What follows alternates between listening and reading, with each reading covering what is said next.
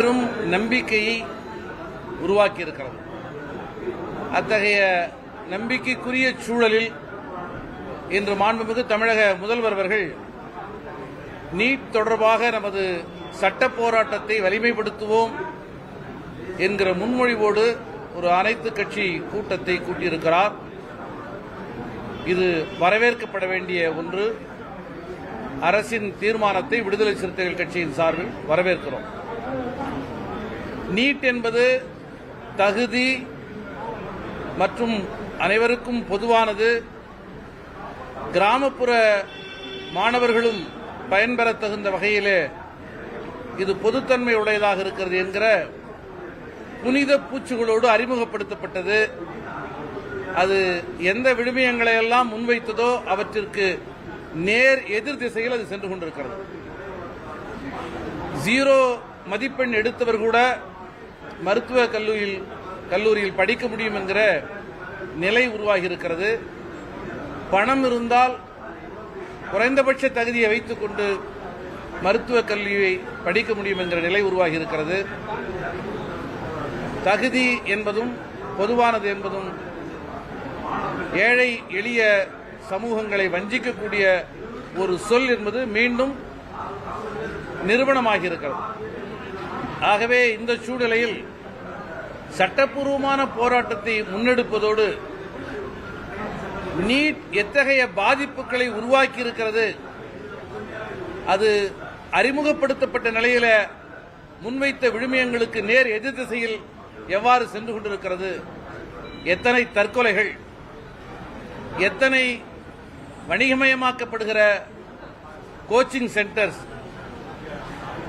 எத்தனை முறைகேடுகள், இவை குறித்த ஒரு முழுமையான ஆய்வை தமிழக அரசு செய்திட வேண்டும் என்கிற கோரிக்கை இன்று விடுதலை சிறுத்தைகள் கட்சி சார்பில் முன்வைத்திருக்கிறோம். அத்தகைய ஆய்வின் அடிப்படையில் டீலிமிட்டேஷன் என்கிற ஒரு நிலை உருவான போது அதற்கு எதிராக எவ்வாறு இந்திய அளவில் ஒரு ஒருங்கிணைப்பு கூட்டத்தை தமிழக அரசு நடத்தியதோ அதை போன்றதொரு முன்முயற்சியை நீட் விவகாரத்திலும் சட்ட போராட்டம் மாத்திரமின்றி அரசியல் ரீதியான அணிதிரட்டும் பணியையும் தமிழக அரசு முன்னெடுக்க வேண்டும் என்கிற கோரிக்கையை முன்வைத்திருக்கிறோம். அதே சமயத்தில் இந்த போராட்டம் தொடர்கிற இடைக்காலத்தில் நாம் சில கோரிக்கைகளை பரிசீலிக்க வேண்டிய தேவை இருக்கிறது. நீதியரசர் கலையரசனுடைய குழு குறைந்தபட்சம் 10 விழுக்காடு அரசு மாணவர்களுக்கு மருத்துவ கல்வியில் இடஒதுக்கீட்டை தர முடியும் என்று பரிந்துரை செய்தது. கடந்த அதிமுக அரசு 7.5 விழுக்காடு அதை தந்திருக்கிறது. ஆகவே தற்போதைய தமிழக அரசு அரசு பள்ளி மாணவர்களுக்கு 10 விழுக்காட்டையும் தருவதற்கு முன்வர வேண்டும். அரசு பள்ளி மாணவர்களுக்கு மாத்திரமல்ல, தமிழை பயிற்று மொழியாக கொண்டிருக்கிற அரசு உதவி பெறும் அனைத்து பள்ளிகளுக்கும் இதை விரிவுபடுத்த வேண்டும் என்கிற கோரிக்கையை முன்வைத்திருக்கிறோம். அதை போலவே வரம்பற்ற கட்டண கொள்ளையை நடத்தி வருகிற கோச்சிங் சென்டர்கள் இன்று கல்வி முழுவதும் வணிகமயமாக்கி இருக்கின்றன.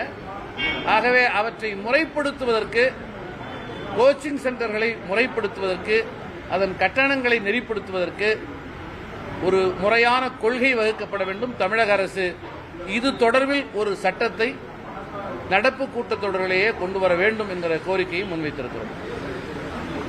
ஒரு காலத்தில் வடகிழக்கு மாநிலங்களில் மருத்துவக் கல்லூரியே இல்லாத நிலை இருந்தது. ஆனால் இப்பொழுது அனைத்து மாநிலங்களிலும் மருத்துவக் கல்லூரி இருக்கிறது. சில மாநிலங்களில் மருத்துவக் கல்லூரியே இல்லை என்கிற போதுதான் சென்ட்ரல் போல் என்று சொல்லக்கூடிய மத்திய அரசுக்கான ஒதுக்கீடு தேவைப்பட்டது.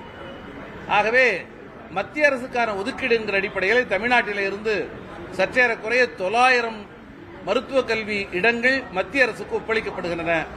தமிழக அரசு அதை திரும்ப பெற வேண்டும் என்கிற கோரிக்கையும் வலியுறுத்தியிருக்கிறோம். நிகர்நிலை பல்கலைக்கழகங்களில் மாநில அரசுக்கான ஒதுக்கீடு கிடையாது. ஆகவே நிகர்நிலை பல்கலைக்கழகங்களிலும் மாநில அரசு தனக்கான ஒதுக்கீட்டை கேட்டு பெற வேண்டும் என்கிற கோரிக்கையை முன்வைத்திருக்கிறோம். இடைக்காலத்தில் இந்த கோரிக்கைகள் பரிசீலிக்கப்பட வேண்டும்.